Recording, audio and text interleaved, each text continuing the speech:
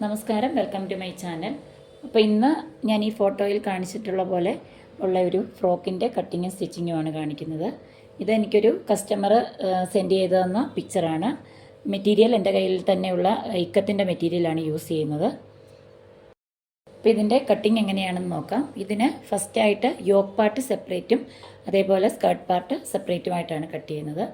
യോക്കിൽ front part princess കട്ടിലാണ് ചെയ്യുന്നത്, back part normal cutting ആണ്. അപ്പോൾ അത് ആദ്യമേ നമുക്ക് ബാക്ക് പാർട്ട് കട്ട് ചെയ്തെടുക്കാം.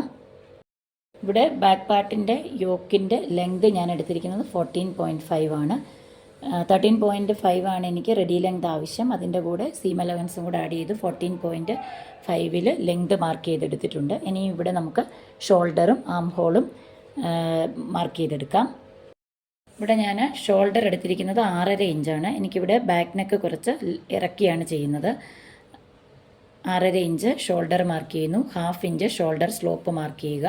അതിനുശേഷം 6.5 ഇഞ്ച് തന്നെയാണ് ഞാനിവിടെ ആം ഹോളായിട്ട് കൊടുക്കുന്നത്. ആം ഹോൾ വരച്ചെടുത്തു. അതിനുശേഷം ഇവിടെ ചെസ്റ്റ് മാർക്ക് ചെയ്യുക. എനിക്കിവിടെ 10.4 ചെസ്റ്റിൻ്റെ മെഷർമെൻറ്റ്. അതിൻ്റെ കൂടെ തയ്യൽ തുമ്പ് കൂടെ ആഡ് ചെയ്ത് മാർക്ക് ചെയ്തെടുക്കുക. അതിനുശേഷം ആം ഹോൾ നമുക്ക് വരച്ചെടുക്കാം. Back arm hole വരച്ചെടുത്തിട്ടുണ്ട്. അതിനുശേഷം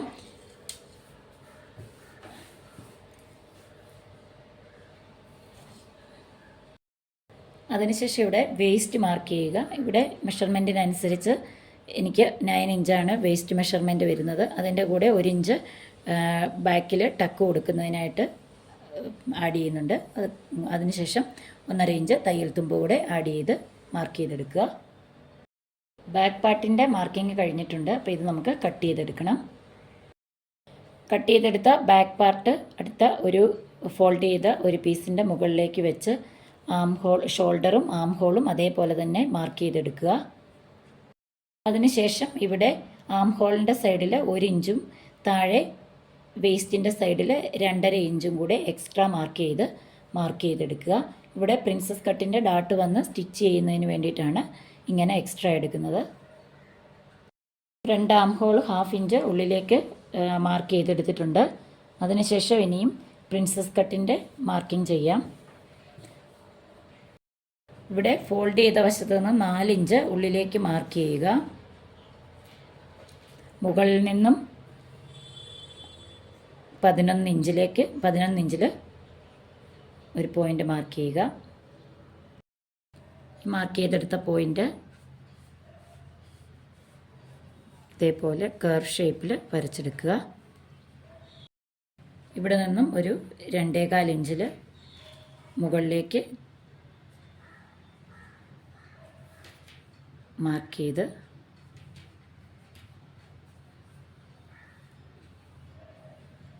ഇതേപോലെ ഒരു ഷേപ്പ് വരച്ചെടുക്കുക. ഇനി നമുക്കിത് കട്ട് ചെയ്തെടുക്കാം. ഇവിടെ ഞാൻ യോക്ക് പാർട്ടിൽ മാത്രം ലൈനിങ് കൂടി അറ്റാച്ച് ചെയ്തെടുക്കുന്നുണ്ട്. കട്ട് ചെയ്തെടുത്ത യോക്ക് പാർട്ട് വെച്ച് ലൈനിങ് കൂടെ കട്ട് ചെയ്തെടുക്കണം.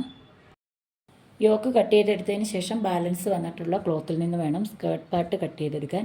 ഇവിടെ സ്കേർട്ട് പാർട്ട് 2 പാർട്ടായിട്ടാണ് ചെയ്തിരിക്കുന്നത്. മുകളിലായിട്ട് ഒരു ചെറിയ പ്ലീറ്റ്സ്, ബോക്സ് പ്ലീറ്റ് പോലെ ചെറിയ പ്ലീറ്റ്സ് ഇട്ടിട്ടുള്ള ഒരു പാർട്ടും അതിൻ്റെ താഴെയായിട്ട് ചെറിയ ഫ്രില്ല് വെച്ചിട്ടുള്ള ഒരു പാർട്ടും കൂടെ ഉണ്ട്. ഇവിടെ ഞാൻ സ്കേർട്ടിൻ്റെ പാർട്ടിൽ ഫസ്റ്റ് ഒരു 20 ഇഞ്ച് ലെങ്തിൽ ചെറിയ പ്ലീറ്റ്സ് ഇടുന്ന സ്കേർട്ട് പാർട്ട് കട്ട് ചെയ്തെടുക്കുകയാണ്. അതിനുശേഷം താഴേക്ക് ഒരു 9 ഇഞ്ച് ലെങ്തിലാണ് ഫ്രില്ല് വെച്ച് കൊടുക്കുന്നത്. അതിനുവേണ്ടി ബാക്കി വരുന്ന ക്ലോത്തിനെ ഫ്രണ്ടിലേക്കും ബാക്കിലേക്കും സ്ട്രെയിറ്റ് ആയിട്ട് കട്ട് ചെയ്തെടുക്കുക. ഫ്രണ്ട് പാർട്ടും ബാക്ക് പാർട്ടും യോക്ക് പാർട്ട് ലൈനിങ്ങുമായിട്ട് അറ്റാച്ച് ചെയ്തെടുത്തു. അതിനുശേഷം ബാക്കിൽ 2 ടക്ക് ഇട്ട് കൊടുക്കുന്നുണ്ട്. ഇവിടെ 2 ടക്കിനുള്ള മാർക്കിംഗ് ചെയ്തിട്ടുണ്ട്. അതനുസരിച്ച് ടക്ക് ഇട്ട് കൊടുക്കുക. അതേപോലെ ഇവിടെ പ്രിൻസസ് കട്ടിൻ്റെയാണ് ഫ്രണ്ട് പാർട്ട്. അത് 3 പീസാണ്. അത് ജോയിൻ ചെയ്തെടുക്കണം. അതിനുശേഷം ഫ്രണ്ടിലേക്കും ബാക്കിലേക്കും നെക്ക് കട്ട് ചെയ്ത് സ്റ്റിച്ച് ചെയ്തെടുക്കണം. സാധാരണ നമ്മൾ കുർത്തിയിൽ സ്റ്റിച്ച് ചെയ്യാറുള്ളത് പോലെ ആയതുകൊണ്ടാണ് ഇവിടെ കാണിക്കാഞ്ഞത്. ഇവിടെ ഞാൻ ഫ്രണ്ട് പാർട്ടിൽ 2ഉം ക്യാൻവാസിലാണ് ചെയ്തിട്ടുള്ളത്. ഫ്രണ്ട് പാർട്ടിൽ 7.5 ഇഞ്ചും ബാക്കിൽ 8 ഇഞ്ചിലുള്ള റൗണ്ട് നെക്ക് യു നെക്കുമാണ് കട്ട് ചെയ്തിരിക്കുന്നത്. അത് നോർമൽ ക്യാൻവാസിൽ ചെയ്യാറുള്ളത് പോലെ തന്നെ കട്ട് ചെയ്തിട്ട് ഫ്രണ്ടിൽ ഇതേപോലെ നല്ല വശത്ത് വെച്ച് സ്റ്റിച്ച് ചെയ്തെടുക്കുക. ഫ്രണ്ടും ബാക്കും നെക്ക് ഫിനിഷ് ചെയ്തതിന് ശേഷം യോക്ക് പാർട്ടുമായിട്ട് സ്കേർട്ട് പാർട്ട് അറ്റാച്ച് ചെയ്തെടുക്കണം. അതിന് വേണ്ടിയിട്ട് ഫസ്റ്റ് പാർട്ടിൽ സ്കേർട്ട് പാർട്ട് 2 പാർട്ടായിട്ടാണെന്ന് പറഞ്ഞില്ലേ, അതിൽ ഫസ്റ്റ് പാർട്ടിൽ ഒരു 1 ഇഞ്ച് വീതിയുള്ള ചെറിയ ചെറിയ പ്ലീറ്റ്സുകളാണ് ഇട്ട് കൊടുക്കുന്നത്. ഇതേപോലെ 1 ഇഞ്ച് വീതിയിൽ ഈക്വലായിട്ട് ഫുള്ളായിട്ട് പ്ലീറ്റ്സ് ഇട്ട് ജോയിൻ ചെയ്തെടുക്കുക. ഇതേപോലെ തന്നെ ബാക്ക് പാർട്ടിലും ചെയ്യണം.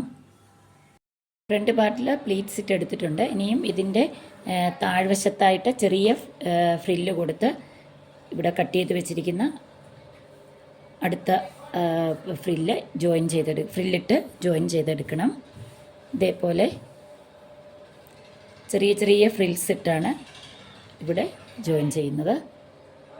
അതുപോലെ ഇവിടെ യോക്ക് പാർട്ട് കട്ട് ചെയ്തതിന് ശേഷം ബാലൻസ് വന്നിട്ടുള്ള ക്ലോത്താണിത്. ഇതിൽ നിന്നാണ് ഞാൻ സ്ലീവ് കട്ട് ചെയ്തെടുക്കുന്നത്. ഇവിടെ എൽബോ ലെങ്തിലുള്ള സാധാരണ നോർമൽ സ്ലീവാണ് സ്റ്റിച്ച് ചെയ്യുന്നത്. അതിൻ്റെ കട്ടിങ് ഞാനിവിടെ കാണിക്കുന്നില്ല.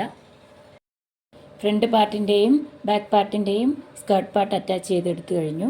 ഇതേപോലെയാണ് താഴെ ഫ്രില്ലിട്ട് കഴിയുമ്പോൾ ഉണ്ടാകുന്നത്. അതിനുശേഷം ഷോൾഡർ തമ്മിൽ ജോയിൻ ചെയ്ത് സാധാരണ കുർത്തി സ്റ്റിച്ച് ചെയ്യാറുള്ളത് പോലെ ഷോൾഡർ തമ്മിൽ ജോയിൻ ചെയ്യുക. ബാക്ക് പാർട്ടും ഫ്രണ്ട് പാർട്ടും സ്ലീവ് അറ്റാച്ച് ചെയ്ത് സൈഡ് കൂടെ സ്റ്റിച്ച് ചെയ്തെടുക്കുക. അപ്പം അതുകൂടെ ചെയ്തതിന് ശേഷം ഫൈനൽ ലുക്ക് എങ്ങനെയാണെന്ന് നോക്കാം. ഫ്രോക്ക് സ്റ്റിച്ച് ചെയ്ത് കംപ്ലീറ്റ് ആയിട്ടുണ്ട്. ഫൈനൽ ലുക്ക് ഇങ്ങനെയാണ് ഉണ്ടാവുക.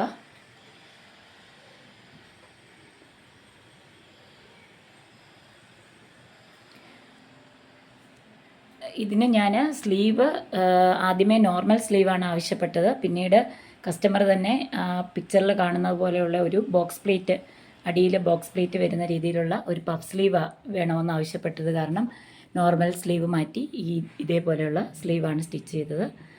സ്ലീവിൻ്റെ കട്ടിങ് ഞാൻ വീഡിയോയിൽ കാണിക്കാൻ വിട്ടുപോയി. അപ്പം ഇങ്ങനെയാണ് ഫൈനൽ ഫ്രോക്കിൻ്റെ ലുക്ക് വരുന്നത്. ഈ വീഡിയോ എല്ലാവർക്കും ഇഷ്ടപ്പെട്ടെന്ന് കരുതുന്നു. ഇഷ്ടപ്പെട്ടാൽ ഒന്ന് ലൈക്ക് ചെയ്യുക, അതുപോലെ ഒന്ന് ഷെയർ ചെയ്യുക, ചാനലൊന്ന് സബ്സ്ക്രൈബ് ചെയ്യുക. അടുത്ത ഒരു വീഡിയോയിൽ കാണുന്നവരേക്കും എല്ലാവർക്കും ബൈ.